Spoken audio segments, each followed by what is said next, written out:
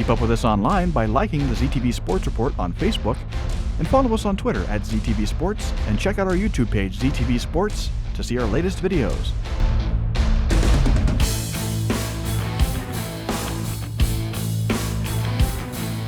Originally, I'm from Kyiv. This is the capital of Ukraine.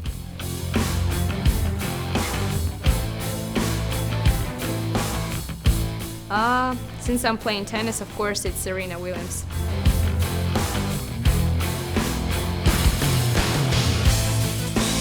I love America, especially American people.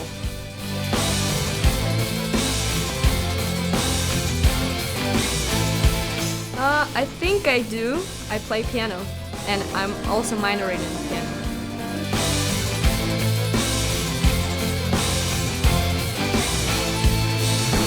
Everything. I love my university, campus, my team, professors. I love everything.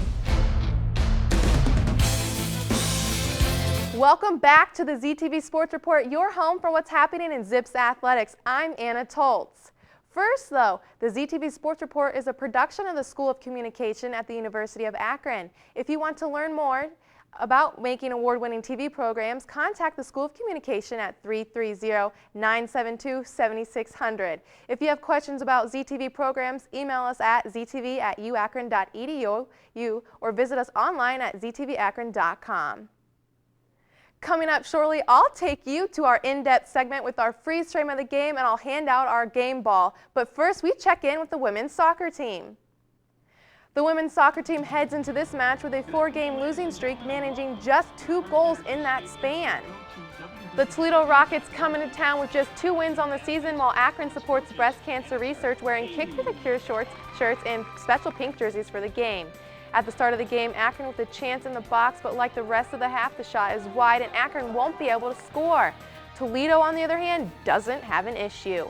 Late first half, Kristen Catloff kicks the corner shot and Megan Blake with the header gets it past the goalie. Toledo ends the half 1-0. Even the Blimp was enjoying some Zip soccer on this beautiful day as Akron came out ready to start the second half. Akron wasting no time as Katie Wise unable to get a good shot, but no worries, Ashley Hughes is there to help. She gets it in, making that her 4th of the season, and the Zips tie at 1-1. Toledo won't let that stop them, and they have another corner kick. No header off this one as the ball gets jumbled in play, and finally Kristen Matei is able to get it control and score, putting the Rockets ahead by 1. Akron would be unable to answer and would lose the game 2-1. Toledo moves to 4-7-1 on the year, while Akron drops to 4-7, still winless in the MAC.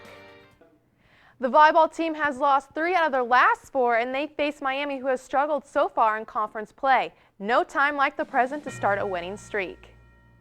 The Zips trying to get to 500 in the conference. Meanwhile, Miami off to a slow start in conference play at 0-4.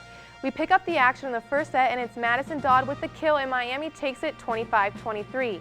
Second set, Miami Meg Riley tries to spike, and it's Mary Delich with the block, and Akron takes the second set 25-22.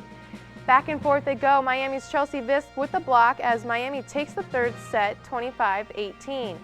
Fourth set, Lisa Treadway tries to sneak it past the Zips, but it goes wide, and the Zips take the set 25-21. Final set, all the Zips as they take this one in 5 sets.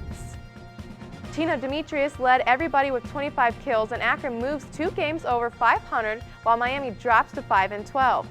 Switching now to our in-depth segment, it was an action-packed and high-scoring weekend of football, and we get things started with the MAC results. Some games of note, Kent State outlasted Ball State thanks to a second-last field goal, while Ohio edges UMass, and Bowling Green hammered Rhode Island 48-8. Looking at the updated standings, Kent State's comeback win keeps them undefeated in the conference, while UMass is now 0-5 on the season. In the West, Toledo holds the top spot. Last week, the football team was in Tennessee in front of 85,000 Screaming Volunteers fans. Our own Chris Kuhn was in Knoxville covering the game and files this report on a big piece of that fan base. I'm thrilled that our players are going to go to Knoxville. I've been there, 106,000 people. It'll be orange. It's one of the loudest stadiums because it's boxed in. Along with the stadium atmosphere comes the Vol Navy, started by Tennessee broadcaster George Mooney, who used his boat to get to work. However, it caught on with others and it morphed. The Vol Navy's, it's where anybody who's got a boat, if it floats, has a motor, you can get here. We come to the ball games, we pregame, have a few drinks, have a little bit of food, good entertainment. Every home game, the Vol Navy are at these docks sometimes a few days ahead of time to support their volunteers. We usually get here about noon on Friday and pretty much party the whole weekend. Not only do the Vol Navy faithful arrive early to Knoxville, but they also come from all over. People fly in from California, from overseas. We've got a gentleman here right now that flies in every weekend from Mexico. And like the volunteers who have Smokey as their mascot, the Vol Navy has their own. Oh, dude, he's a star. He is our 114-pound yellow lab. And like Dude who gets all the attention, so does the Vol Navy docks. This is where all the visiting fan base always comes. So we have always had somebody comes up from the deck, come over, talk to us, want to get on the boat, take a picture. And while it may appear the Vol Navy is there to tailgate, the real task at hand is to watch some volunteer football. For the ZTV Sports Report from Knoxville, Tennessee, I'm Chris Kuhn. We told you earlier about the men's soccer team's dominant win over Buffalo, but how do they stack in the national rankings? The Zips were able to jump up 3 spots to number 7 position. The big movers were Georgetown jumping up 4 spots to number 5, undefeated Marquette cracking the top 10, and Notre Dame falling all the way to 9th following their first loss. Maryland remains on top at 6-0-1. In the women's soccer standings, Miami continues to be red hot while Akron continues to fall in the standings. Central Michigan and Eastern Michigan both stake claims to the top spot in the West. That brings us to our freeze phrase of the game. Markello Sewell takes a 10-yard pass and sneaks it in the corner of the end zone for a touchdown in the first quarter against Miami. Our game ball goes out to Ronaldo Brenes, who netted a hat trick against Buffalo for his first 3 goals of the season, leading the Zips to a commanding 4-0 win. As we head to break, you know it's time for some more Zips trivia. What former Zips striker was recently announced as a downloadable cover athlete for the new FIFA Soccer 13 video game? The answer to that and Chris Kuhn with the Coach's Corner segment coming up.